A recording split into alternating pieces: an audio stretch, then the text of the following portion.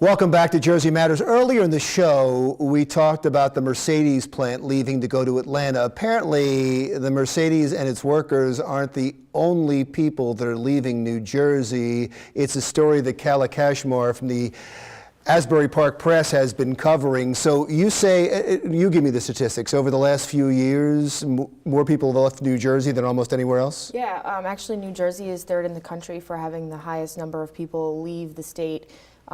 Basically, the census looks at 2010 to 2014, and they consider who leaves and who comes in, and like we have a net loss of about 50,000 people. And I told you, I was surprised at that because I just saw some statistics that showed that the population in New Jersey went up, but you're just talking about the people that are leaving. The births make up for that. So at least Jersey's reproducing. Yes. I can say that. But why are they leaving?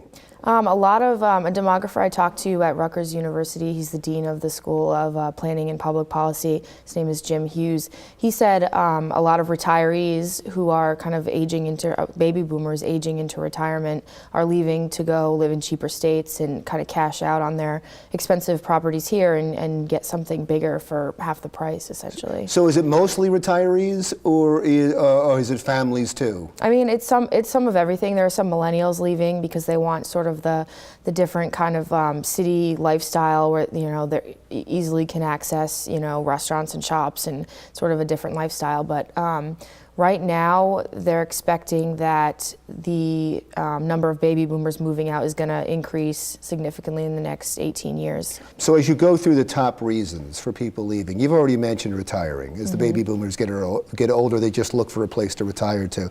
And you've kind of mentioned jobs. If the job moves, you go with the job and where you go. But is it lifestyle too? I mean, I think one of the biggest problems with New Jersey, and forgive me because I haven't been here that long, but from what people tell me, is that property taxes are really high and people's dollars just go further in other places.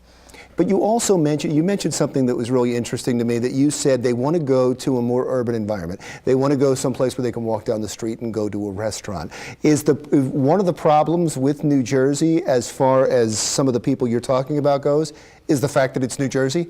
I mean, that you have to get on a turnpike to ride somewhere or go down the road? Yeah, I mean, I think part of that, and this is just speculation, you know, knowing people in, you know, the millennial age group, which is my age group around here, it just seems like New Jersey has always sort of been suburban, and it still is. And I feel like a lot of, you know, working people in their 20s and 30s want to, you know, they can't necessarily afford to go buy a big house like maybe their parents did in Middletown, or so they're leaving to kind of have different lifestyles. Is there, I don't know if your article was solution-based at all, is there a way to stop this? Actually, that's interesting because myself and the business reporter, Mike Diamond, were working on another project on millennials' lifestyles and how they're going to affect the economy of New Jersey in the next couple of years.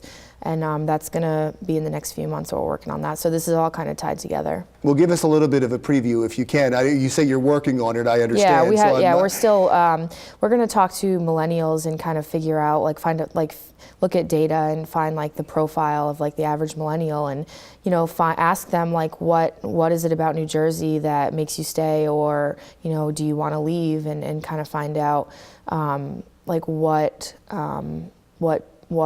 officials and people can do better to keep businesses here and keep young people here to kind of cater to this changing lifestyle that millennials have. But it's more than taxes. It's more than taxes. I mean, I know it's difficult to start small businesses in New Jersey.